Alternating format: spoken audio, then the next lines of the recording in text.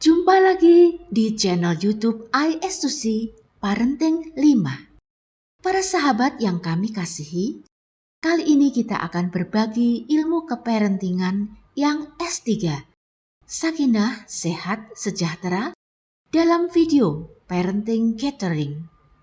Simak pembelajaran lengkapnya di Parenting 5, 6, dan 7. Di video Parenting 5 ini, kita akan belajar menabung sejak dini bersama Bapak Hendri Hartopo. Selanjutnya, di video Parenting 6, kita akan belajar napas sehat sejak dini bersama Bapak Yuriska Ardiono dan talkshow Parenting bersama Ibu Sisilia Mariati. Dan dilanjutkan di video Parenting 7, kita akan belajar hidup bermakna sejak dini bersama Bapak Gobin Vasdev. Parenting 5 bagian pertama.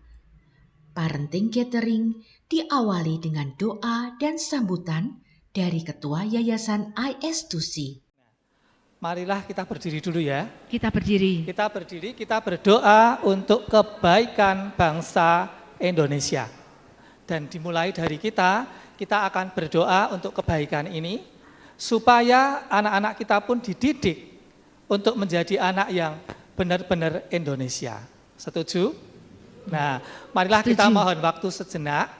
Kita akan berdoa untuk kebaikan bangsa ini dengan menghayati sebuah lagu.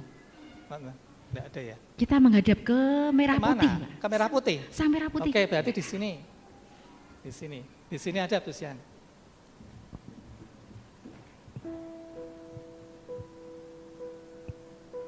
Kita hayati lagu ini sebagai doa kita yang paling dalam, menurut kepercayaan kita masing-masing.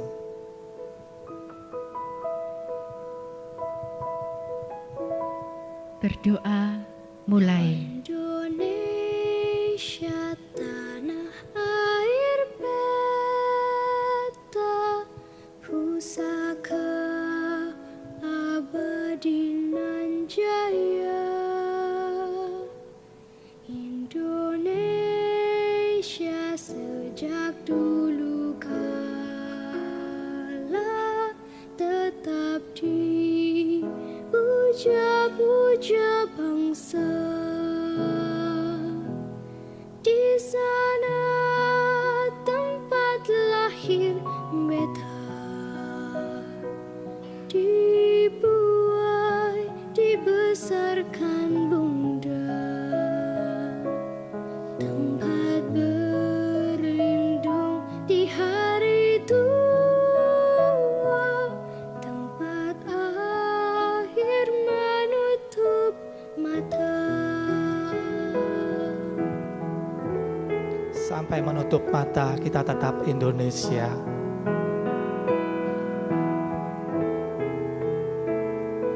Sungguh indah tanah air beta, tiada bandingnya di dunia. Karya indah Tuhan Maha Kuasa bagi bangsa yang memujanya. Indonesia ibu pertiwi, kau ku puja, kau ku kasihi. Tenagaku bahkan pun jiwaku kepadamu rela ku beri. Di dadaku ada merah putih untuk negeriku yang kucinta ini.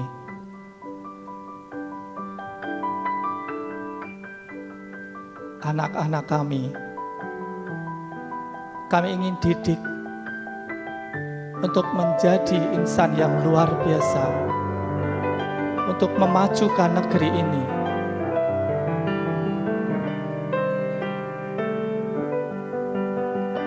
Hidup kami hanya untuk Indonesia. Di sana tempat lahir beta,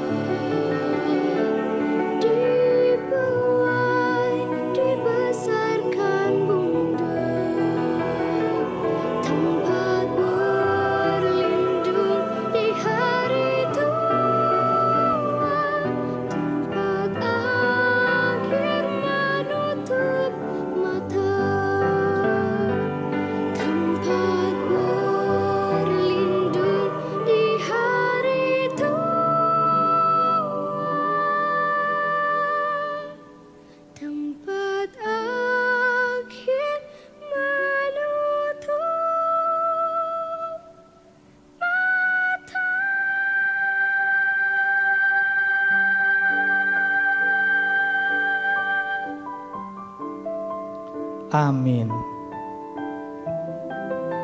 Berdoa selesai. Bapak Ibu tetap berdiri, kita akan menyanyikan lagu Indonesia Raya. Ya. Sekarang kita angkat benderanya. Iya. Lagu Indonesia Raya. Kita bisa menyanyi bersama-sama, lagu ini juga sangat menyentuh kita. Indonesia Bangunlah jiwanya, bangunlah badannya. airku.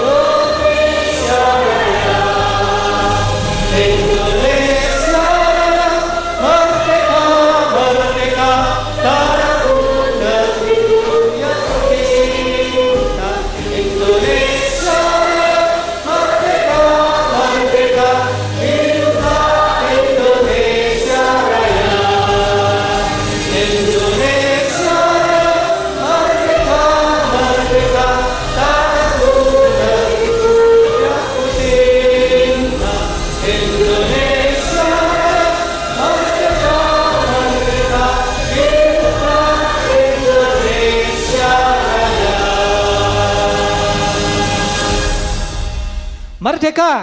Merdeka! Iya, silakan duduk. Selamat pagi Bapak, Ibu, dan saudara-saudara sekalian yang saya hormati. Apa kabar? Luar biasa. Kurang semangat pada hari ini kita berkumpul bersama. Adalah hari sangat bahagia sekali di mana yayasan kita IS2C mengadakan gathering dari acara-acara parenting. Saya lihat di sini banyak yang hadir dari para peserta seminar, dan saya mengucapkan banyak terima kasih atas kehadiran.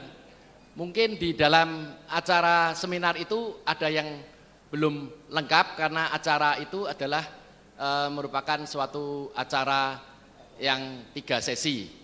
Tetapi Bapak Ibu sekalian yang belum lengkap, janganlah berkecil hati karena dengan adanya acara-acara selanjutnya dimungkinkan mungkin pada saat itu Bapak Ibu sekalian mungkin terhalang oleh waktu. Tetapi pengetahuan dari sesi 1 adalah sudah cukup bagus sekali. Oke, sekali lagi saya ingin tanya, apa kabar hari ini? Luar biasa. Kita semua luar biasa karena hari ini tidak hanya hadir dari peserta seminar saja. Saya lihat di sini ada Ketua Himpaudi Kudus, selamat datang di acara ini. Saya melihat ada Rektor Unika Bapak Budi Widianarko, selamat datang. Saya juga melihat siapa lagi ini ya, beberapa yang Bapak Rudi Sugiono Lukito, tokoh NLP, Neuro Linguistic Programming. Ini juga dia bisa mengajar bagaimana cara merubah mindsetting seseorang, bagaimana bisa memberi pengarahan kita untuk menjadi orang sukses. Itu Bapak Rudi.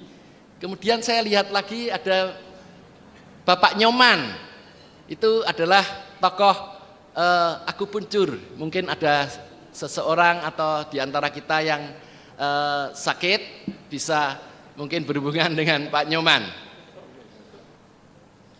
Saya tidak akan berpanjang lebar, dari IS2C hanya memberi inspirasi karena apa yang telah kita dapatkan dari Ibu Sisilia.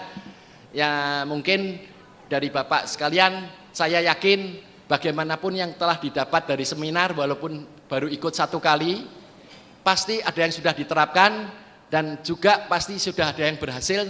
Nanti ada kemungkinan ada yang mau sharing dalam hal ini supaya lebih membuat kita lebih bersemangat bagaimana mendidik anak-anak kita supaya menjadi anak yang hebat kelak di kemudian hari. Jadi IS2C ini ingin memberi inspirasi kepada semua orang yang akan prinsip-prinsip pendidikan yang bisa menyiapkan manusia untuk kehidupan yang sukses sedari kecil. Jadi bersama IS2C kita sudah bahas sebelumnya betapa penting peran orang dewasa di sekitar seorang manusia pada saat pertumbuhannya untuk kesuksesan manusia ini di kemudian hari. Para orang dewasa inilah yang nanti akan memegang peranan membentuk sistem keyakinan di dalam diri seorang anak dengan cara yang pelan tetapi pasti, secara halus maupun terang-terangan, baik itu disadari ataupun tidak. Sebuah kepercayaan atau keyakinan tertentu yang efeknya begitu kuat dan sangat menetap sehingga kemudian bahkan menentukan apakah si anak akan tumbuh menjadi orang dewasa yang sukses atau tidak. Ingatlah, dengan mendidik Anda telah menciptakan perbedaan di dalam kehidupan seseorang. Sungguh mulia bila perbedaan yang tercipta berbentuk kesuksesan total dan hidup mereka. Teruslah berjuang demi dunia yang lebih baik, demi generasi penerus yang lebih sukses. Jadi mulai hari ini berubahlah kita semua sebagai orang tua dalam cara mendidik murid untuk menjadi mendidik yang lebih baik supaya murid-murid akan menjadi lebih hebat di suatu hari pada saat dia dewasa.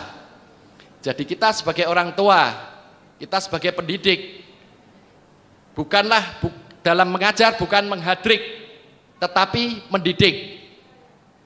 Bukan berseteru, tetapi kita bersatu dengan anak-anak kita. Jangan mengejek anak-anak kita, tetapi ajaklah dia. Jangan menghajar, tetapi mengajar. Dan jangan mengeluh, tetapi mengasuh. Jangan menyakiti, tetapi mengasihi. Demikian inspirasi dari saya. Semoga bisa bermanfaat. Sekali lagi saya ucapkan banyak terima kasih atas kehadiran bapak-bapak, ibu-ibu sekalian pada hari ini. Dan sekiranya ada sesuatu tutur kata yang kurang berkenan di hati bapak ibu sekalian, dimohonkan saya mohon maaf sebesar-besarnya atas nama dari Yayasan IS2C ini. Sekali lagi terima kasih dan mohon aplaus untuk bapak ibu saudara sekalian. Waktu kami serahkan. Iya. Sebelum Pak Hendri masuk ya, Iya, kita ada sedikit lagu, Pak, yang biasa kita dengar sejak dahulu kala. Ini yang guru-guru siapa ya? Yang guru-guru bisa angkat tangan?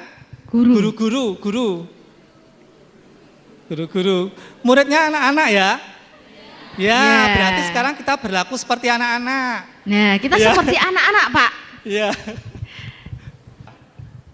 Ayo kita berdiri, Jajan sih boleh saja, sisihkan Tangannya gini, Bu. Ya. belanja sih boleh saja, tak lupa nabung. Yuk, siap ya. Asik nabung, nabung asik nabung asik.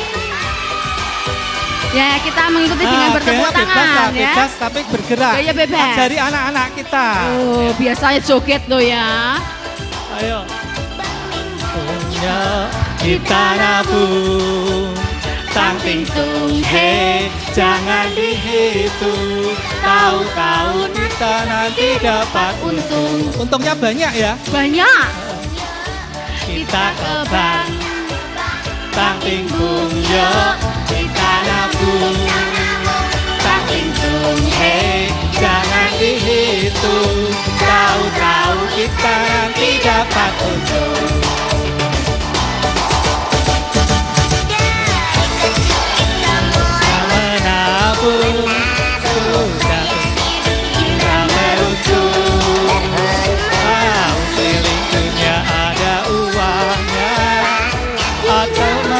buat istana yang gede itu ya. Ding dang, Yuk kita ke bank. Bangkingkung, yuk kita nabung. Bangkingkung, jangan dihitung. Tahu-tahu kita nanti dapat untung. Nah, anak-anak sudah diajari menabung belum? Nah, harus dimulai sejak dini. Ya.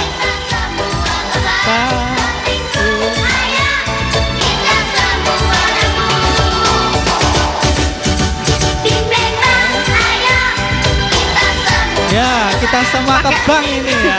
Pakai angkat-angkat kaki, Pak.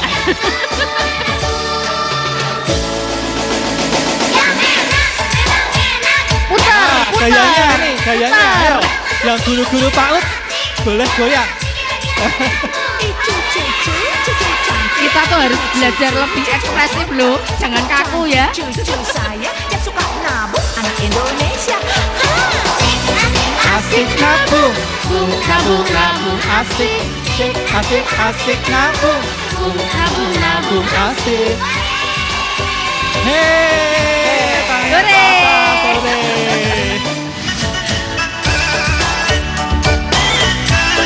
Nah, kalau anak-anak diajar nyanyi gini, kita juga harus gerak loh, karena dicontohin sebagai contoh ya. Iya Pak, hidup Kalau kita orang tuh tuanya sudah serius, anaknya serius. Ya, Nah, kalau orang tuanya santai, kita juga santai ya. ya. Menabung supaya hidup kita beruntung. Mau keliling dunia ada uangnya. Oke, untuk membuat istana Cinderella yang Iya. megah. Ayo kita ke bank, Bangkingkung, yuk kita nabung. Bangkingkung, hei jangan dihitung. Tahu-tahu kita nanti dapat untung. Ya. Aku juga mau buat istana Pak. Mau nabung? Mau. Ya, panggilkan Ada yang Pak ngajari ya Pak? Panggilkan Pak Hendri aja. Ah, itu ahlinya. Iya. Yang bisa mengajari kita caranya menabung yang efektif. Iya. Ya.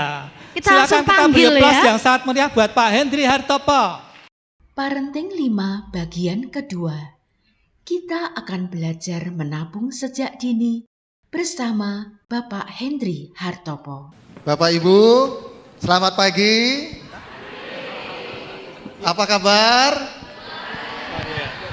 Apa sehat? Apa sejahtera? Kadang-kadang Pak. Baik, mudah-mudahan hari ini hari awal kita bisa makin sejahtera ya Pak ya. Jangan kadang-kadang lagi. Nah, saya terima kasih Bapak Ibu sudah berkumpul di sini. Saya juga terima kasih kepada Yayasan IS2C, Pak Max ya, Pak Dwi, Pak Adi, Pak David, dan semua Bapak Ibu semuanya. Saya senang sekali ada di sini, bertemu lagi di Kudus setelah beberapa kali saya datang. Nah, next Pak, langsung ya, next. Ya Bapak Ibu mungkin di meja atau tadi waktu masuk sudah mendapat buku ya. Mendapat buku, itu buku pertama yang saya tulis, judulnya Menabung atau Menyesal. Nah buku itu saya tulis sekitar umur saya 29, saya mulai umur 27 dan saya merasa menyesal. Kenapa saya tidak mulai umur 23? Waktu pertama kali saya mendapatkan uang saya yang pertama, mestinya saya sudah mulai menabung. Maka itu karena di situ itu saya tulis bahwa menabung itu penting, bahwa saya itu sudah terlambat 5 tahun untuk mulai, dan 5 tahun itu biayanya begitu besar buat saya. Maka saya tulis judulnya Menabung atau Menyesal. Maksudnya supaya yang membaca buku itu jangan menyesal seperti saya dulu. Umur 27 baru saya mulai. Tapi tidak ada kata terlambat, jadi langsung kerjakan saja. Nah, detailnya nanti Bapak Ibu bisa baca sendiri di buku itu. Lalu kemudian tadi dari lagu tadi kita merasa beruntung. Nah, buku yang kedua saya judulnya Saya Beruntung Menjadi Karyawan. Kenapa? Karena kita bisa bekerja dan dapat uang. Lalu kemudian cara kita menabung, cara kita berinvestasi itu berubah sering waktu. Waktu kita masih kecil, kita menabung mungkin di celengan. Kemudian kita masuk ke bank. Ya, waktu masih kecil kita juga pernah datang ke bank, kita nabung di bank. Lalu kemudian setelah itu kita nabungnya berubah. Nah, pada saat saya berumur 40, saya sadar bahwa kesehatan itu penting. Ya Bapak Ibu ya, kalau kita punya uang banyak, kita mau jalan-jalan tapi kita sakit. Iya kan? Gak bisa kita jalan-jalan. Kita mau makan ini nggak boleh, makan itu nggak boleh. Lalu untuk apa? Nah, kita berinvestasi juga di kesehatan. Itu yang saya alami setelah sejak umur 23 saya bekerja sampai sekarang. Saya sudah tidak bekerja lagi, ya pensiunan, sudah pengangguran. Nah, ini sekilas mungkin perkenalan tentang saya. Ada satu video 1 menit saya menceritakan tentang latar belakang saya. Mungkin perlu diklik Pak. Balik perlu diklik mungkin. Nah, ya 1 menit saja. Dari 2 buku ini saya banyak bicara di beberapa perusahaan untuk bicara tentang menabung, tentang pensiun, tentang koperasi. Juga ke komunitas wartawan dan anak muda di seluruh Indonesia. Ini ada perusahaan yang minta saya untuk roadshow. Lalu kemudian 10 tahun lalu saya masuk ke organik karena kesehatan itu penting. Saya masuk ke organik, saya belajar.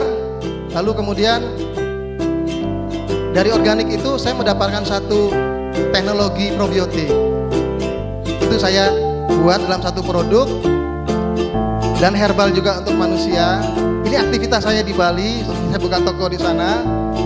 Beberapa orang-orang tua yang sudah pensiun, mereka mau sehat. Ini beberapa roadshow yang saya lakukan di beberapa daerah dengan komunitas Sehat Sejahtera Indonesia. Yang poinnya sama seperti IS2C, yaitu sehat rohani, sehat jasmani, dan sehat ekonomi. Gitu. Bapak Ibu, kebetulan sama persis seperti yang saya lakukan tadi di slide singkat tadi di beberapa daerah. Itu bukunya benar-benar biaya cetak saja. Hari ini juga saya bersyukur saya bisa bertemu dengan IS2C dan bukunya Bapak Ibu itu juga semuanya saya anggap sudah menjadi sama-sama, kita sama-sama satu visi ya Pak ya. Sama-sama komunitas, mari kita membangun negara kita dengan kesejahteraan dan dengan kesehatan. Itu yang saya mungkin ingin sampaikan di pertemuan yang meskipun cukup singkat ini. Nah, next Pak. Hari ini saya akan bicara tentang bagaimana sih caranya kita ini mengajarkan pada anak-anak kita itu tentang menabung. Nah, kita mulai dari diri kita sendiri dulu. Saya mulai dari diri saya dulu sendiri. Ini yang saya ceritakan di awal, bahwa buku Save or Sorry yang ada di Bapak Ibu sekarang pegang, itu buku yang sederhana sekali. Itu buku yang sederhana sekali, gitu. Waktu itu saya berpikir, saya mesti cari sesuatu yang sederhana yang ingin saya sampaikan. Gitu. Nanti Bapak Ibu bisa baca sendiri, itu poinnya, itu grafiknya yang mengubah hidup saya waktu itu. Untuk saya tidak menunda lagi dalam menabung. Ini waktu saat usia saya dulu sekitar 25 tahun. Sekitar 25-27 tahun. Nah, next. Nah, bagaimana cara kita mengajarkan anak menabung? Ya, setelah bekerja, kemudian saya keluar dari pekerjaan, saya juga menikah, saya juga punya anak, begitu. Ternyata saya juga belajar dari beberapa ahli parenting bahwa anak itu belajar dari tindakan, bukan dari perkataan kita. Itu yang saya belajar nomor 1. Lalu kemudian kita ajak anak-anak itu untuk membangun impiannya supaya mereka termotivasi. Misalnya apa yang mereka suka. Misalnya sepeda. Nah, sepeda itu yang bisa menjadi impian buat anak-anak kita untuk bisa menabung dia. Lalu tanggung jawab uang saku kalau sudah waktunya. Waktu masih kecil sampai SD, lulus SD, kalau saya sarankan anak-anak itu tidak dikasih uang saku kalau saya sarankan. Tetapi bawalah makanan dari rumah, lebih sehat. Selain itu kita juga hemat, itu nomor satu. Kedua, pada saat dia mulai SMP, mungkin dia sudah bisa kita kasih dasar kan untuk memilih mana yang baik, mana yang tidak baik. Pada saat masih kecil, anak menangis, saya diamkan saja sampai dia puas nangis, baru kemudian saya angkat. Saya bilang, kalau kamu menangis, kamu tidak bisa dapatkan apa yang kamu inginkan. Tapi kalau kamu ngomong, ayo kita bahas begitu. Nah, lalu kemudian menabung itu seiring dengan umur yang meningkat, misalnya dari SMP ke SMA, itu sudah kita kasih teknik yang berbeda lagi. Ya, di bank misalnya, kita bisa ajak menabung di bank. Yang tadinya awalnya di celengan, kemudian di bank, dipindahkan. Lalu kemudian kita harus monitor anak-anak itu. Misalnya kalau dia menabung setiap minggu, kita monitor setiap bulan, bagaimana hasilnya. Misalnya dia dapat setiap tahun, misalnya hari raya dapat angpau gitu ya. Nah, kita monitor tahun ini sama tahun kemarin gimana, gitu. Sehingga mulai anak-anak itu sedikit demi sedikit dia akan terkait dengan masalah keuangan. Lalu kita harus memposisikan diri kita juga sebagai anak-anak. Salah satunya apa? Anak-anak itu maunya cepat. Misalnya kita bilang, ini ya kalau kita ajarin mereka prinsip bunga berbunga itu seperti ini. Kalau kita taruh dengan bunga 10% begini-begini, anak-anaknya bingung. Nggak ngerti dia. 10% 1 tahun itu terlalu lama untuk anak-anak. Anak-anak maunya cepat, ya kan? Jadi kita tidak bisa, misalnya kalau nabung 1 bulan, nanti saya kasih bunganya misalnya ya, atau kasih bonusnya, atau kasih tambahannya gitu ya. Itu 1% misalnya. Anak-anak kelamaan 1 bulan itu. Buat mereka 1 bulan itu lama. Jadi kita masih memposisikan diri kita sebagai anak-anak. Jangan 1 bulan. Kalau perlu 1 minggu. Kalau perlu 1 hari misalnya gitu. Nah, artinya kita memposisikan diri kita dalam posisi mereka. Nah, kalau misalnya sudah mulai meningkat dari yang celengan, lalu kemudian kita ke simpanan yang mungkin lebih meningkat seperti bank, kita juga nanti di bagian belakang akan saya lebih jelaskan tentang kita membuat bank keluarga, apapun bentuknya, ya. Tempat menyimpan yang dimana anak-anak itu belajar tentang mekanisme bank, misalnya bahwa kalau kita menabung kita akan dikasih balas jasa atas tabungan tersebut gitu. Nanti kita bisa ajarkan kepada anak-anak sesuai dengan tingkat umurnya gitu. Next Pak. Lalu bagaimana kita membuat itu sukses menabung dalam keluarga? Pertama saya sarankan adalah kita lakukan dulu, ya kan? Kan anak-anak mencontoh dari tindakan kita, ya kan? Lah, gimana anak-anak mau menabung kalau misalnya ibunya boros, iya kan? Gitu loh. Misalnya kita ngajarin anak-anak, yuk ini nabung, tapi kita sendiri anak-anak bilang ibu aja boros, gitu.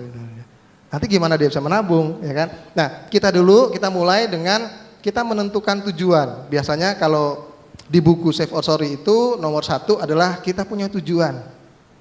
Kalau kita tidak punya tujuan, maka kita tidak akan nyampe kemana-mana. Tujuan itu membawa kita untuk mencapai sesuatu, apapun itu. Nah, jadi nomor 1 kita mesti punya tujuan. Kedua, targetnya, besarnya berapa. Lalu bagaimana caranya? Caranya dengan tanda kutip tadi, angsurannya berapa? Setiap bulan saya mesti, atau setiap hari, atau setiap minggu saya mesti sisihkan berapa, ya. Lalu kemudian kita kendalikan dengan anggaran. Di buku Save or Sorry juga bagian belakang ada namanya anggaran rumah tangga. Anggaran rumah tangga itu prinsipnya rencanakan 1 tahun, ya, lakukan bulanan, kendalikan mingguan. Karena kalau kita kendalikan 1 bulan itu pun terlalu lama untuk kita. Kalau kita lakukan kendalikan 1 bulan, maka setengah bulan udah tanggung bulan nanti. Gitu. Kita kendalikan yang mingguan. Nanti di situ ada. Lalu kemudian mampu mengukur kesejahteraan seperti tadi. Tahun ini dengan tahun kemarin kita makin sejahtera apa enggak? Tahun depan kita makin sejahtera apa enggak? Gitu. Sehingga nanti kalau kita ditanya atau kita di perusahaan, kita nggak dengan gampang kita bilang, kok saya nggak sejahtera ya? Pertanyaan saya selalu kepada karyawan seperti itu, yang bertanya seperti itu adalah, pernah ukur apa enggak? Jangan-jangan kita nggak pernah ukur. Gimana kita tahu kita sejahtera atau tidak? Gitu. Ya, itu yang untuk kita orang tua. Gitu. Yang untuk anak-anak, kita mulai dengan kita kasih mereka kepercayaan dan tanggung jawab.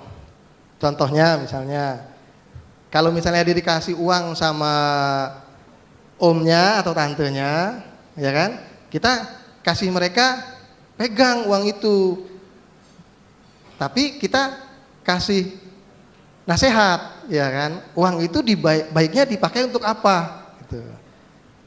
Ya, nah ini kita yang menentukan, kita biarkan mereka yang menentukan. Lalu kita dampingi sebagai sahabat, sebagai teman. Kita tanya kepada mereka. Contohnya misalnya kita tanya kepada mereka itu, nanti mereka akan berpikir, akan memilih mana yang penting, mana yang tidak penting. Contohnya, kalau anak itu misalnya datang ke supermarket sama kita, ya ke minimarket atau apa, pasti kan anak-anak mau kan banyak ya, mau ini, mau itu, ya Pak ya, gitu kan, maunya banyak gitu. Mungkin dia ambil 5. Nah, kita bilang sama dia, pilih 2 saja, atau pilih 1 saja. Nanti dia akan mikir. Anak-anak akan mikir. Nah, di situ dia belajar tentang prioritas. Mana yang penting, mana yang tidak penting. Jangan dimarahi, gitu. Kita kasih mereka kesempatan untuk memilih. Gitu. Lalu pada saat anak-anak sudah SMP, kita bisa kasih pilihan, kita bisa kasih uangnya mingguan atau bulanan, ya kan? Kalau mungkin masih belajar, kita kasih mingguan. Begitu dia sudah mulai dewasa atau remaja, kita kasih bulanan misalnya. Seperti itu. Nah, itu pendekatan kita kepada anak yang berbeda-beda seiring waktu. Nah, seiring waktu itu pula kita harus tetap memotivasi anak-anak.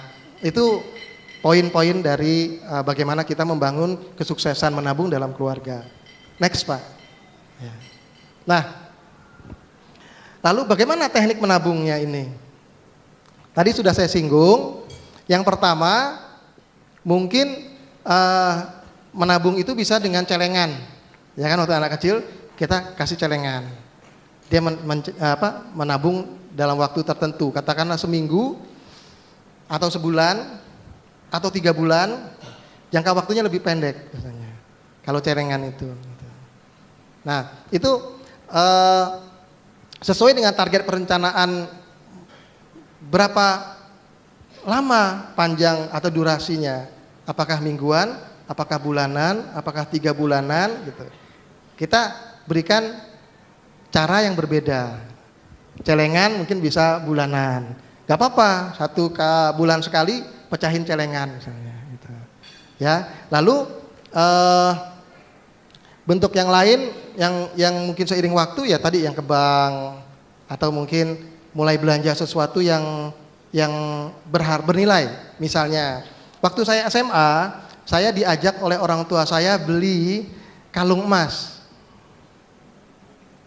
Lalu orang tua cerita bahwa dulu emas itu harganya dulu segini, sekarang harganya segini gitu. Nah, itu salah satu contoh bagaimana kita mulai memotivasi anak-anak untuk memilih bentuk-bentuk menabung atau investasi. Nah, mulai dari diri kita, misalnya kita karyawan, ada banyak cara untuk kita mulai menyisihkan uang untuk kita tabung. Dari pengalaman saya tulis di buku Save or Sorry itu. Ya, di buku itu saya bicara tentang rencana. kita mesti punya rencana dulu. Kita mau apa? Baru dari situ kita tentukan jumlahnya. Tetapi ada juga teman yang mengajarkan persentase. Misalnya 20% untuk ditabung, 30% investasi jangka panjang, 40% sehari-hari, 10% tak terduga misalnya. Itu namanya sistem persentase. Nggak apa-apa, mau pakai itu juga nggak apa-apa. Tapi kalau saya, biasanya saya buat detail. Ada yang tanya, bagaimana dengan pengeluaran tak terduga? Saya bilang, semakin kita detail membuat perencanaan, maka semakin kecil kemungkinan yang tidak terduga itu. Ya. Biasanya juga yang terduga itu katanya masalah kesehatan. Kalau sakit bagaimana? Gitu. Nah, kalau kita mulai memperhatikan itu, kita pikirkan, kita rencanakan, maka kita rencanakan untuk tidak sakit. Kalau kita rencanakan untuk tidak sakit, maka kemungkinan kecil pasti kita akan sakit gitu. Contohnya adalah kita menjaga kesehatan kan, menjaga kebersihan. Jadi kita kemungkinan kecil untuk sakit gitu. Itu maksud saya dengan kita semakin detail kita buat perencanaan, maka akan semakin kecil resiko-resiko yang tidak terduga. Ya, nanti kalau perlu slide-nya bisa minta sama panitia. Oke. Kita harus persisten. Di buku Save Australia juga bilang persisten. Hargai yang kecil dan lakukan sekarang, jangan tunda lagi. Gitu. Mulai dari yang kecil. Karena dari kecil itu kita melatih kebiasaan. Kalau yang kecil aja kita tidak bisa tangani, bagaimana kita bisa menangani yang besar? Iya kan? Jadi kita mulai yang kecil dan persisten. Nanti kita lihat. Bisa juga dengan arisan. Contohnya biasanya ibu-ibu ya. Ya kan? Arisan. Tapi arisannya jangan arisan panci. Ya kan? Atau arisan apa nih yang biasanya ibu-ibu nih? Arisan panci, arisan wadah, jangan nyebutin merek ya, nggak boleh ya, gitu kan? Ibu-ibu nih biasa nih ya, nggak boleh ibu nih merek ya. Wadah lah, kontainer, ya kan? Kontainer. Yang berapa sering kita pakai itu? Jangan-jangan kita nggak sering pakai itu, ya kan? Dulu saya juga pernah saudara atau dulu ibu pernah ditawari panci presto, kan? Mungkin setahun nggak 2 kali, 3 kali pakai itu, gitu kan? Nah, arisannya sesuatu yang bernilainya makin tinggi, bukan makin turun, gitu. Arisannya bisa. Nah, atau kita kombinasikan. Next, Pak. Contoh yang sederhana, simple, persisten. Ini katanya dari idenya Pak Max. Idenya Pak Max. Suatu yang menarik waktu saya olah lagi kemudian yang idenya Pak Max ini untuk yang dari sederhana, dari 1. Kalau 1 hari pertama kita mulai dari 1, kemudian besoknya kita jadikan 2, kemudian besoknya kita jadikan 4, kemudian besoknya lagi kita jadikan 8, gitu kan. Jadi kita multiple ya, kita gandakan. Itu secara matematika akan terlihat. Ternyata pada hari 31 itu jadi 1 miliar. Sebenarnya pada hari 30 kalau dijumlah semuanya itu sudah 1 miliar. Artinya kita untuk mencapai 1 miliar itu hanya perlu 30 hari. Dari yang kecil, sederhana gitu. Hari ke-30 kita sudah sampai 1 miliar. Hari ke-31 sudah 2 miliar. Nah, inspirasi ini mengingatkan saya pada satu cerita waktu saya masih kecil. Nah, cerita ini kita bisa ceritakan kepada anak-anak yang masih kecil. Ceritanya seperti ini. Di zaman dahulu ada satu kerajaan. Kerajaan ini rajanya sombong. Dia punya uang banyak, punya harta yang banyak. Lalu ada satu guru yang raja ini ingin kasih hadiah. Dia tanya sama gurunya,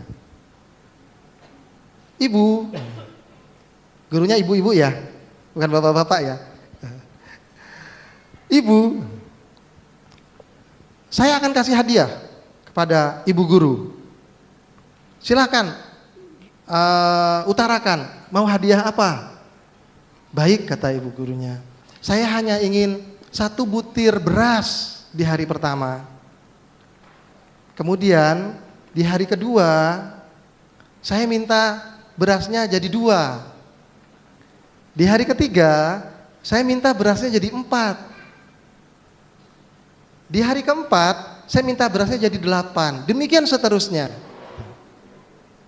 Rajanya bilang, oh itu hal yang sepele, mudah saja. Kenapa tidak minta yang lebih besar? Enggak apa-apa raja, itu yang saya minta. Nanti di akhir tahun saya akan tagihkan kepada raja. Baik. Kemudian lupa rajanya. Aktivitas kesibukan seperti biasa. Di akhir tahun gurunya datang dengan perhitungannya.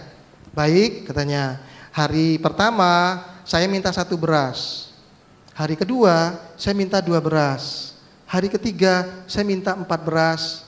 Hari keempat saya minta 8 beras, 8 butir beras. Dari perhitungan saya, maka saya minta jumlahnya segini. Setelah dihitung 100 beras itu beratnya berapa, 1 tahun itu terjadi duplikasi-duplikasi, maka seluruh lumbung istana itu pun tidak cukup untuk memberikan ibu itu beras yang sudah dijanjikan oleh rajanya itu. Nah, di situ saya ingat bahwa jangan pernah anggap sepele sesuatu yang kita tidak cermati, kelihatannya sederhana. Sama seperti akselerasi nilai ini. Nah, kita ajak mungkin nggak perlu 1 tahun, ya kan? Untuk anak-anak terlalu lama. 1 bulan aja lama buat anak-anak, ya kan? Kita janji sama anak-anak. Besok dia sudah tanya janjinya apa, ya kan? Ibu ya, mana yang kemarin janjinya, ya kan? Loh kan baru kemarin, oh iya baru kemarin ya. Besok dia tanya lagi, ya kan? Ibu kemarin janjinya mana, gitu, ya kan? Anak itu dia tidak punya kerangka waktu yang 1 tahun. Seringkali mereka cuman beberapa hari ke depan atau 1 minggu sudah, gitu. Nah, ini kita bisa gunakan. Baik, next. Nah, ini kita gunakan untuk mungkin anak-anak yang tingkat SMP atau SMA, ya, yang sudah berbeda. Mungkin sudah bisa paham tentang 1 bulan itu jangka waktunya itu mereka pahami. 1 tahun itu jangka waktunya mereka pahami. Tetapi pertumbuhan 1% itu terlalu kecil untuk memotivasi anak-anak itu, biasanya kurang greget buat anak-anak itu. Gitu. Nah, kita pakai sistem ini namanya bank keluarga. Bank keluarga itu kita mulai mengajak atau mengajari anak-anak tentang mekanisme keuangan. Bank yang paling simpel, bahwa kalau kita menyimpan di bank, maka kita akan mendapatkan jasa balik dari bank itu. Bentuknya uang juga. Nah, jadi anak-anak supaya mereka mau menabung, misalnya uang mingguannya, kita kasih uang saku mingguan misalnya kan. Kalau dia mau menabung katakanlah berapa? 10.000 ke bank keluarga, maka minggu depan kita akan tambahkan uang 10.000 itu dengan 2.000 misalnya. Jangan hitung bunga bank berapa? 0,05 nanti, ya kan? Terlalu kecil gitu. Kita tambahkannya bentuknya nilainya 2.000 misalnya.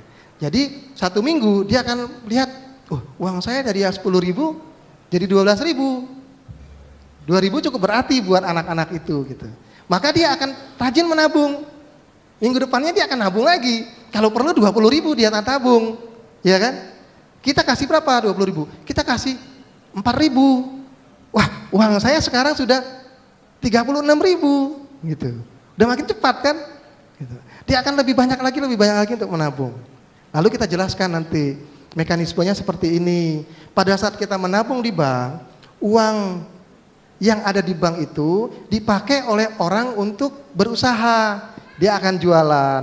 Keuntungannya nanti akan dia bayarkan kepada bank. Nanti bank bayar kepada kita. Nanti dia tanya, usaha itu apa sih Pak? Iya kan? Usaha itu apa? Oh itu buka warung, oh jualan ini, oh jualan itu gitu. Lalu ibu-ibu, bapak-bapak kasih contoh. Biasanya ibu-ibu kan, misalnya ini loh contoh usaha rumah tangga. Misalnya ibu-ibu bikin apa? Rujak dibungkusin atau keripik. Ya. Pernah nggak ada yang ibu-ibu bikin keripik di sini? Yang dibuat dijual? Belum ya? Nanti saya minta Pak Max ya untuk itu, untuk membangkitkan usaha rumah tangga ya Pak ya, gitu kan? Kita buat sesuatu yang dari rumah tangga, misalnya keripik, kita buat keripik, kita jual, kita titip ke warung-warung misalnya. Dulu waktu masih kecil saya lakukan itu. Kakak saya yang lebih besar, dia bikin, kita yang lebih kecil kita titipkan ke warung-warung. Gitu. Nah, anak kan belajar lagi, meningkat lagi tentang usaha. Gitu. Jadi dari kecil-kecil, dari setahap demi setahap kita akan ajari itu. Ya, baik, next.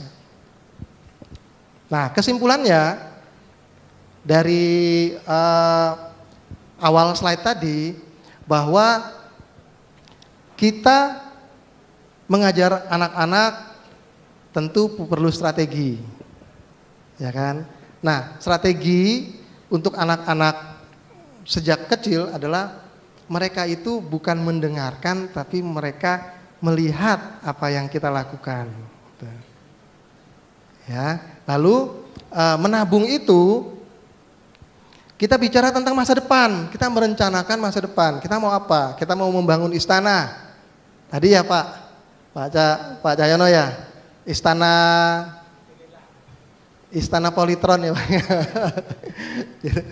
Istana Hartono. Nah, kita mau jalan-jalan ke luar negeri misalnya. Kita mau jalan-jalan ke Bandung misalnya, ya kan?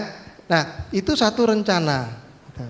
Nah, bicara menabung dengan buku Save Osori yang ada di Bapak Ibu, itu intinya adalah perencanaan itu ada di depan, penyesalan itu ada di belakang. Biasanya begitu, ya kan? Gak ada penyesalan ada di depan, yang ada penyesalan itu ada di belakang. Nah, jadi di buku Save Osori juga saya bicara tentang prioritas, mana yang penting, mana yang tidak penting. Makanya kita bikin anggaran. Nah, ini perlu dilakukan oleh Bapak Ibu juga di rumah. Kita bikin namanya anggaran rumah tangga. Pada saat kita mengatur uang, hidup kita itu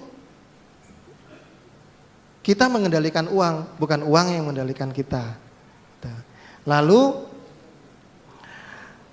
untuk anak-anak itu kita pantau mereka sebagai teman. Ya, tadi sudah kita singgung toh bahwa kita tidak hanya memberikan instruksi kepada mereka, tetapi kita ajak bersama-sama dengan mereka untuk melakukan apa yang ingin kita ajarkan. Oke, lalu konsep bank keluarga dan persistensi ini yang penting mungkin ya Bapak Ibu ya. Persisten, sabar, tekun, maka baru kita berhasil. Kalau kita tidak tekun, kalau kita tidak sabar, tidak persisten, keinginan kuat, maka biasanya kebanyakan orang itu gampang menyerah. Nah, saya harapkan Bapak Ibu tidak gampang menyerah. Yang saya pahami dari anak-anak atau dari diri kita itu mungkin kata-kata ini ya. Saya tidak pernah melihat orang itu bodoh. Saya tidak pernah melihat orang itu malas. Yang kita sebut bodoh itu karena dia itu gampang menyerah pada saat dia belajar. Kita sebut dia malas karena dia gampang menyerah pada saat dia bekerja atau dia berusaha. Jadi tidak ada orang bodoh, tidak ada orang malas. Yang ada adalah orang-orang yang gampang menyerah. Nah, kita ajak keluarga kita, anak-anak kita untuk jangan gampang menyerah. Paham ya Bapak Ibu ya? Ya, ini slide yang terakhir, Pak. Tolong. Waktunya mungkin kita lebih banyak tanya jawab dari slide yang saya sampaikan tadi. Kalau mau menghubungi saya di email maupun di WhatsApp bisa silakan. Langsung Pak Cahyono kita tanya jawab. Baik. Kalau Bapak Ibu ada sesuatu yang mungkin belum dipahami dari slide yang singkat tadi, dari video kecil tentang latar belakang saya, silakan bertanya. Mungkin ada yang mau ditanyakan Pak Susilo.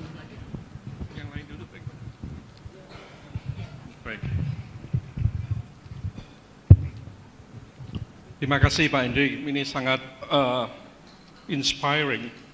Saya mau bertanya mengenai dua hal yang real. Apa? Dua hal yang real. Uang yang real Pak. Dua hal yang ya. real. Ya, dua hal yang real. Menabung itu asumsi umumnya adalah kalau ada yang disisihkan Pak.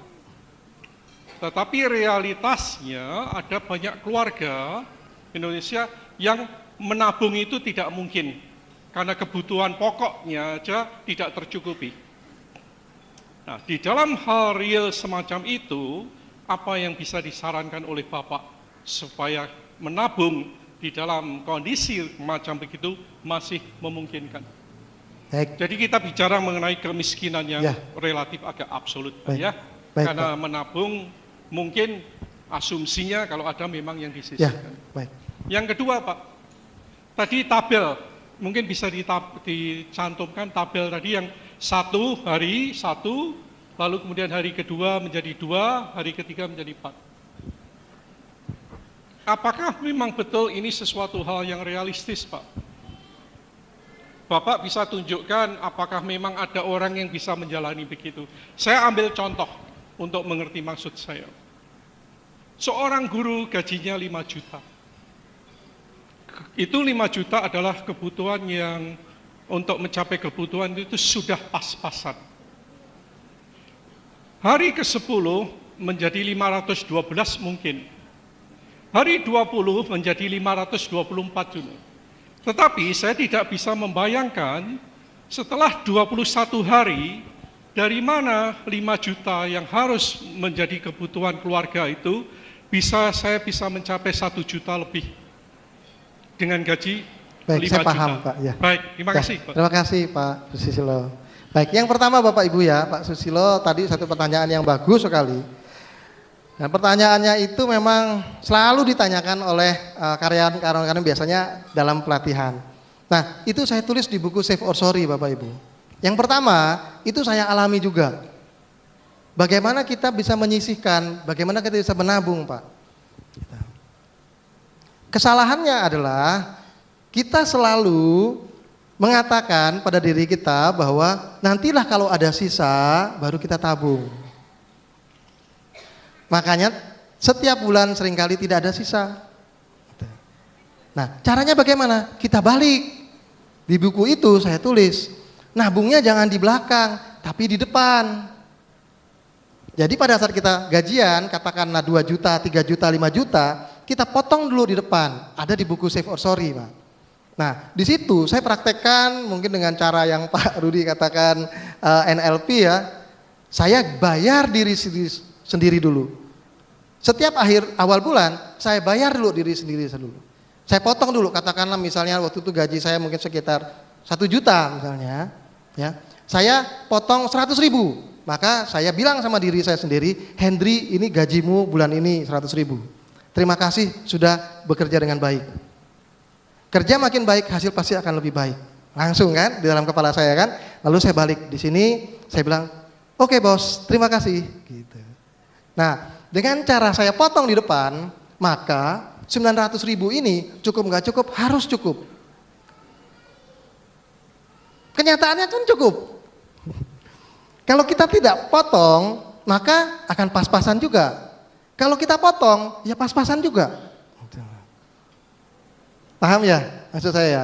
Nanti pada saat gaji kita meningkat jadi 2 juta, kalau kita tidak potong di depan, akan pas-pasan juga. Tapi kalau kita potong 200.000, 300.000, 500.000, sisanya yang 1,5 juta ini, ya pas-pasan juga. Tetapi ada hasilnya.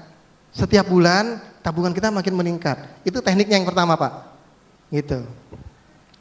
Karena begini, Pak, seringkali kita lihat direktur sama office boy itu HP-nya lebih mahalan yang office boy, Pak.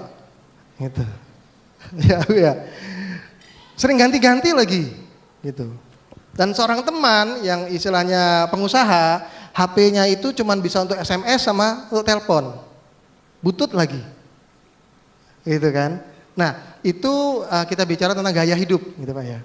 Nah, yang kedua, saya selalu katakan kita ini punya dua pilihan. Kita mau jadi manusia yang produktif atau kita mau jadi manusia yang konsumtif. Kalau kita mau jadi manusia yang konsumtif, berapapun gaji kita tidak akan cukup. Kita akan dikendalikan oleh uang dan keinginan kita. Tapi kalau kita mau jadi manusia yang produktif, kita akan menciptakan selisih antara pendapatan kita sama pengeluaran kita. Kalau selisihnya positif, apakah itu 25.000 pun saja setiap bulan, selisihnya positif, surplus, kita sudah menjadi manusia yang lebih produktif daripada konsumtif. Kalau misalnya Pak Susilo bilang, nggak bisa, kita ini sudah minimumnya tuh segini, nggak bisa ditekan-tekan lagi Pak, misalnya Pak ya.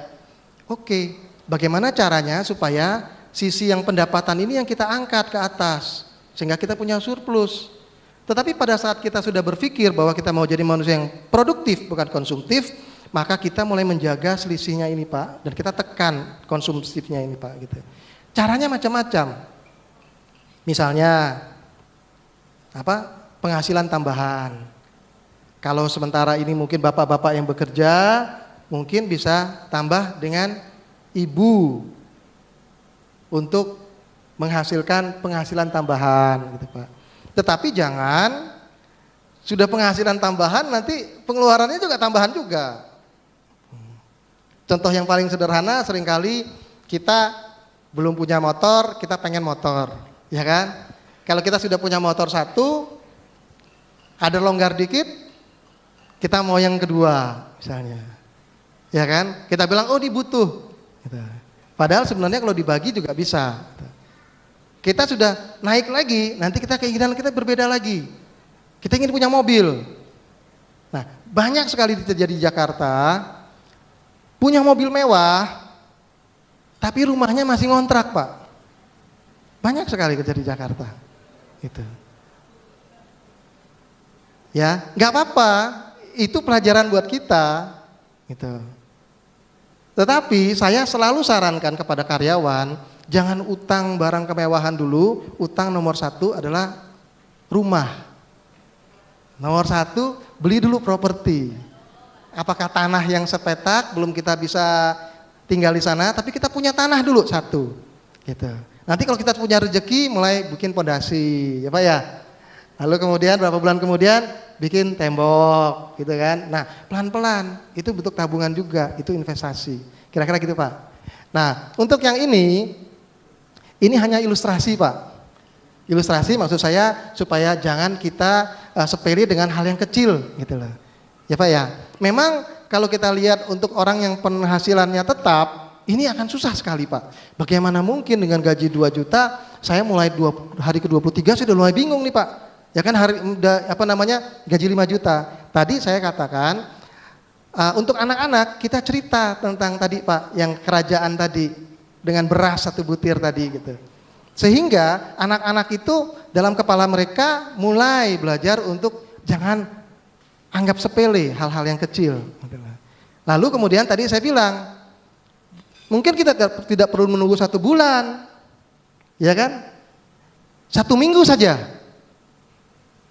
2 minggu saja, gitu. Lalu kita break, kita mulai lagi dari yang pertama lagi, gitu. Misalnya, gitu. Tadi itu kan seperti ini, misalnya mulai di minggu ketiga misalnya 1 juta ya, minggu ketiga hari ke-21 1 juta. Di minggu ketiga itu yang terkumpul 2 juta sebenarnya. Karena kita sudah akumulasi kan, kita jumlahkan semuanya 2 juta. 3 minggu kita nabung 2 juta. Bulan depannya lagi kita mulai lagi misalnya gitu. Dari yang kecil. Ya mungkin kalau Rp1 kita nggak bisa, kita coba mungkin dari berapa? Dari Rp100 atau dari Rp250 atau Rp500 di hari ke-10. Maka setelah 10 hari kita break lagi misalnya gitu. Jadi paham ya Pak ya? Ini hanya ilustrasi bagaimana kita mengajarkan kepada anak-anak untuk tidak mensepelekan hal yang kecil gitu. Ya, baik ya Pak Susilo ya. Baik. Ada pertanyaan Bisa lagi? saya nambahkan? Baik Pak, silakan Pak. Oke, Bapak Ibu sekalian, dengan melihat ilustrasi ini mungkin di hati Bapak Ibu sekalian adalah sesuatu yang tidak mungkin, betul ya? Masuk 31 hari dapat 1 miliar semua orang jadi kaya, betul ya? Ini memang ilustrasi, tetapi untuk empowering kita, sebagai contoh, andai kata Anda punya uang 500 ribu saat ini, berarti untuk merangsang Bapak Ibu sekalian, untuk mendapatkan 1 miliar, Anda tinggal 10 langkah, bukan 10 hari. Paham ya? Ini sudah dibuktikan sebagai contoh, seperti banyak anak muda yang sering ganti handphone, padahal handphonenya nggak rusak. Dia harus tukar tambah dengan handphone, tambah 1 juta. Andai kata tidak untuk dipakai sebagai mengganti handphone yang baru, maka dia ada 1 juta yang disisihkan. Dia sudah menuju ke 21 untuk tinggal 10 langkah lagi. Jadi ilustrasi ini kita buat hari, kemudian kita buat menjadi langkah. Kalau langkah pasti akan jadi, dan ini memang sudah pernah dibuktikan. Saya bekerja, kebetulan saya berbicara kepada seorang driver. Seorang driver gajinya adalah UMR, pas-pasan. Tetapi saya tunjukin ini bilang enggak mungkin Pak, gaji saya aja kurang kok, harus bisa 1 miliar.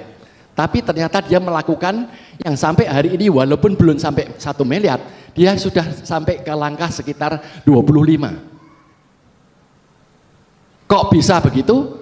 Saya tanya ke driver saya, kamu pernah enggak nabrakin mobil selama bekerja di sini? Pernah. Yang salah kamu? Ya. Terus kamu suruh apa? Saya suruh tuker Pak. Berapa? 4 juta. Terus kamu apain? Saya cicil Pak. Berapa lama? 1 tahun.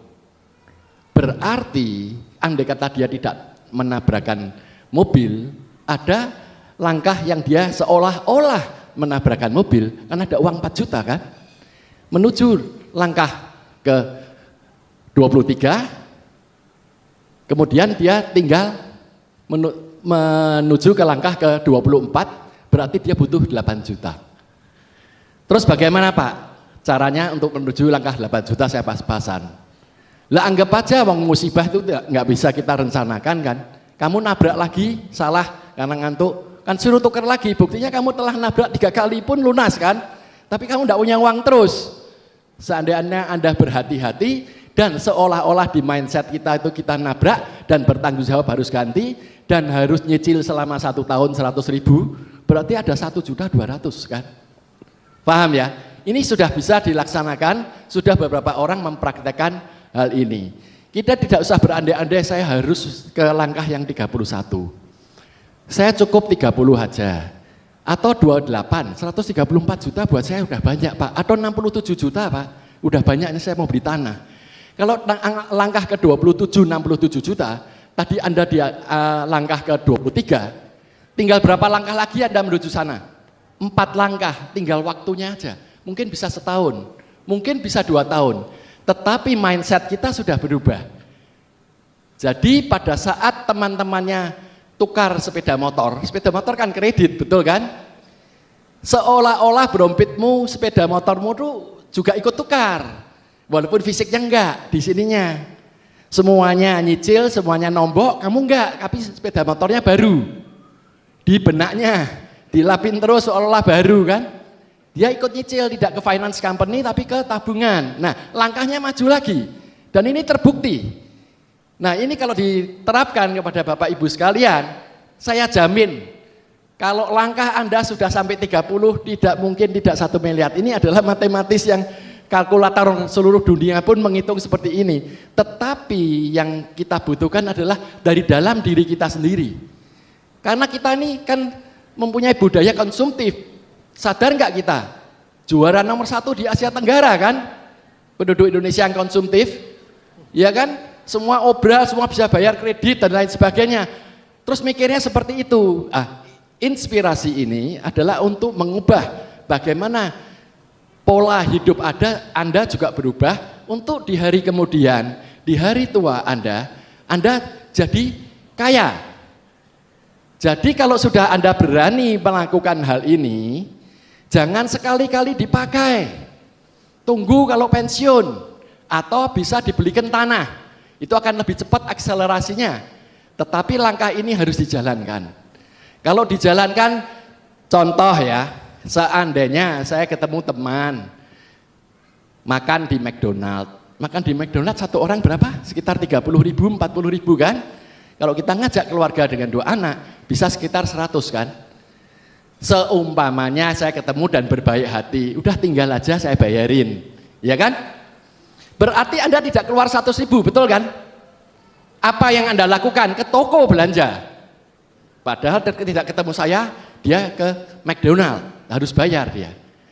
Tetapi karena tadi atas kebaikan hati saya, udah tinggal aja, uang yang harus hilang ini masuk sini, 100.000 di mana tadi? Langkah keberapa? Sudah di sini. Ya kan, sudah di sini kan, untuk menuju ke sini, atau ke sini tinggal pendek lagi. Nah, ini kita berusaha untuk mulai belajar merubah mindset. Kita membawa Anda semua nanti hal-hal yang bagaimana bisa membawa ke awareness. Awareness adalah kesadaran. Kesadaran kalau sudah itu timbul di dalam hati, maka akan terjadi, dan ingin melaksanakan seperti ini pasti terjadi. Saya jamin. Kalau nggak percaya, mulai sekarang ditiru di rumah, dibikinkan list, dibikin figura yang bagus. Anda mau mulai start dari mana? Kebetulan punya uang 1 juta, Anda stabilo semua ini, kuning hijau sampai angka 21. 22 belum hijau, berarti Anda harus mengejar untuk 2 juta. Jadi nanti teman-teman kalau misalkan ada yang seorang karyawan misalkan, kebetulan makan siang bisa makan di kantin gratis, tetapi mayoritas karyawan tetap jajan di warung depan, ada belanja pakaian dan lain sebagainya, betul kan? Tapi Anda punya list ini, Anda pasti akan makan di kantin kita. Kalau saya makan di warung 9.000, Anda sudah langkah 14, berarti langkah Anda sudah separuh untuk menuju 1 miliar. Boleh dipraktekkan, nanti pada suatu hari kalau sudah sampai 1 miliar saya ditelepon, saya ditelaktir. Kalau Anda merasa terlalu lama 1 miliar karena gaji saya minim, pakailah langkah yang 25 saja. Anda pasti punya uang 16 juta. Karena kita kalau di rumah sadar nggak, uang receh itu di mana-mana. Itu kalau dikumpulin, pernah kan orang yang ngumpulin receh-receh di rumah kemudian mau dibawa buat bayar parkir, ketemu berapa? Puluhan ribu kan? Belasan ribu kan? Contoh ada 16.000. Anda sudah separuh jalan menuju di sini. Sudah separuh jalan menuju orang kaya. Begitu mudahnya mindsetting kita untuk kita terapkan dalam ilustrasi ini ke dalam kehidupan sebenarnya, yaitu dengan langkah. Cuman pesan saya, jangan jadi pelit ya.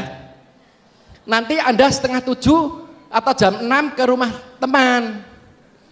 Sudah makan? Belum. Yuk makan sini, enggak usahlah, saya mau jajan kok. Walah, sini ini kebetulan banyak kok. Nah, kita sudah berpikir rencana jajan dengan keluarga. Yang tadi habis 100.000, kebetulan ke rumah teman ditawari makan. Berarti kan saving 100.000 kan? Terus Anda terapkan di sini. Lumayan maju lagi, ya kan? Karena obsesi Anda di sini. Lah, kalau seperti ini juga enggak baik kan? Ya kan?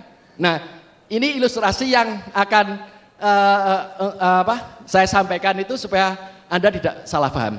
Pasti bisa, sedikit demi sedikit pasti menjadi bukit. Nah, untuk memudahkan ini dijadikan master list ya, di gambar dikasih figura yang indah. Andai kata contoh langkah 21, berarti di sini Anda harus mencari uang 2 juta. Caranya bagaimana? Tadi ketemu teman ditraktir 100, kurang 1.900.000 ya kan? Tadi tidak makan di kantin 7.000, kurang berapa besok 7.000 lagi. Loh, lama-lama 1 juta. Anda maju ke langkah 22 mungkin beberapa bulan kemudian. Figuranya dibuka, di stabilo, taruh situ lagi, Anda boleh membuat list ini ada di kantong. Ya kan, tadi kok dibayarin Pak Max 100. Saya punya ini blank masih, stabilo masuk di 18, lumayan. Ya kan? Nah, list-list seperti ini nanti setelah mencapai 2 juta, saya kumpulkan uangnya ada, itu saya stabilo. Berarti target saya selanjutnya adalah 4 juta. Untuk ke langkah 23, ada 4 juta. Nah, hal seperti ini coba tolong praktekkan. Jangan lama-lama, nanti saya nunggunya terlalu lama. Kalau Anda di langkah 21, begitu Anda angka 23 terjadi, tolong saya ditelepon, ditelaktir gitu kan. Untuk lebih empowering lagi. Demikian dari saya, mungkin kalau ada pertanyaan monggo bisa ditanyakan, karena ini sudah terbukti beberapa orang sudah melakukan yang dulunya isinya cuman utang tok, karena hutang itu seperti candu, yaitu penyakit yang kepengennya ndak utang, ketagihan. Jadi orang kalau sudah ketagihan atau kecanduan, yaitu adalah orang yang tidak pernah cukup apa yang tidak pernah diinginkan.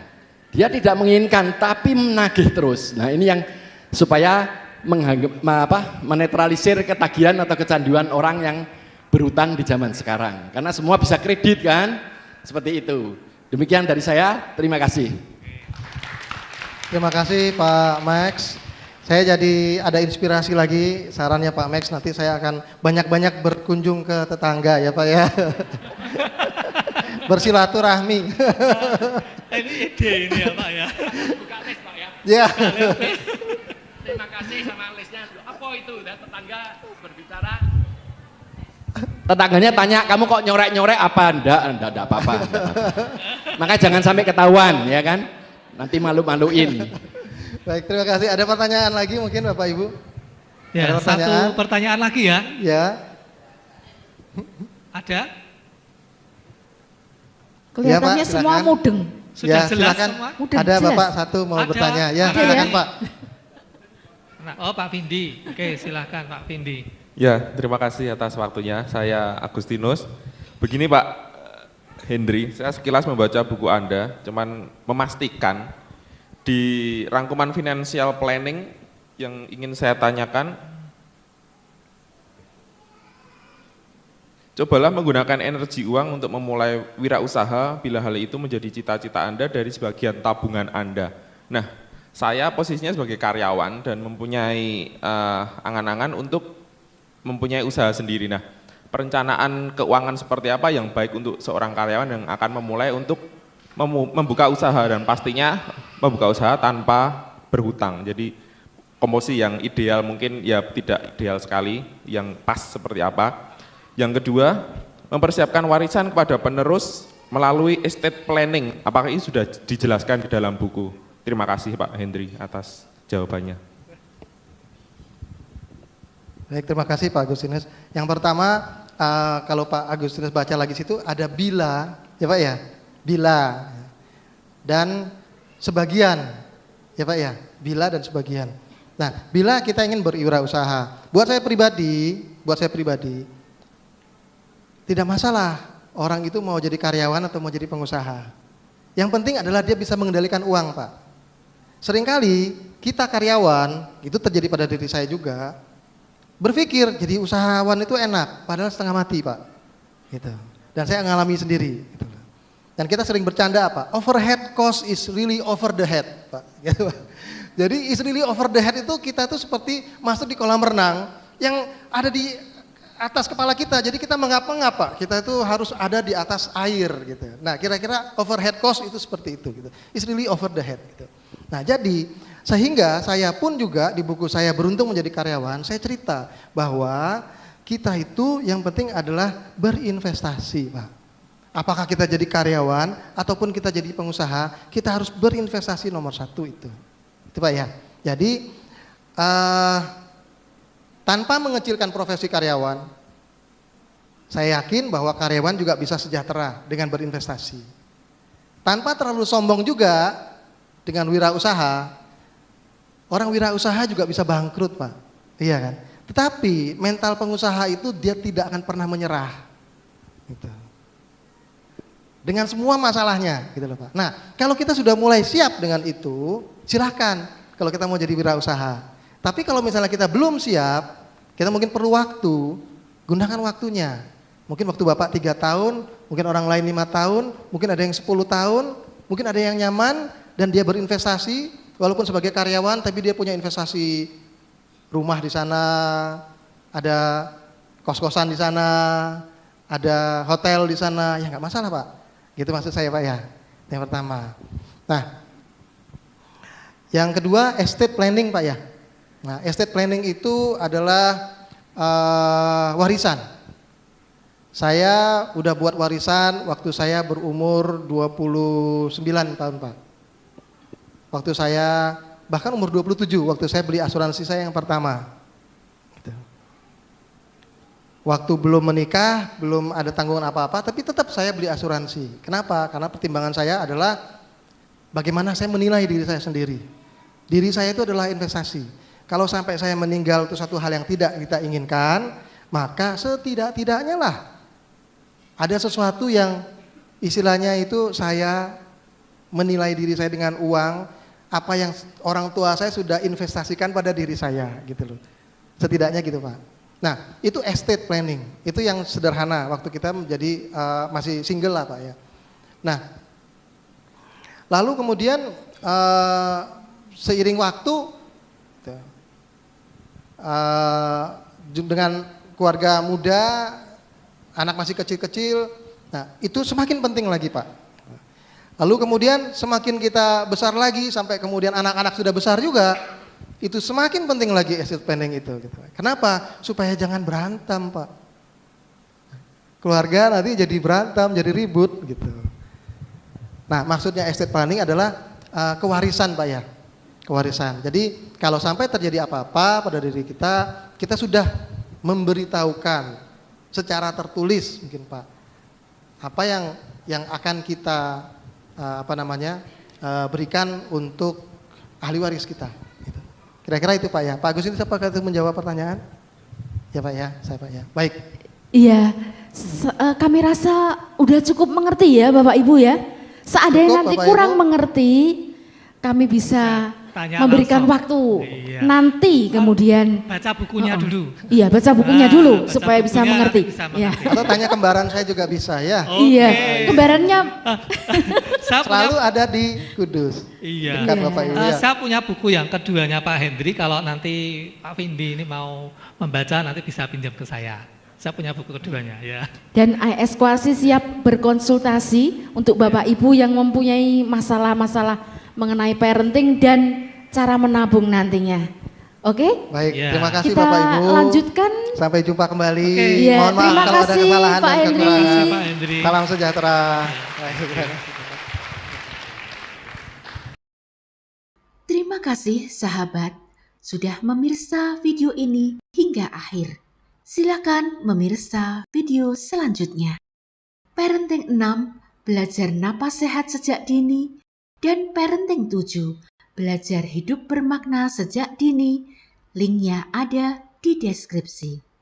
Bisa juga mencari di kolom pencarian YouTube dengan ketik IS2C Parenting 6 atau IS2C Parenting 7.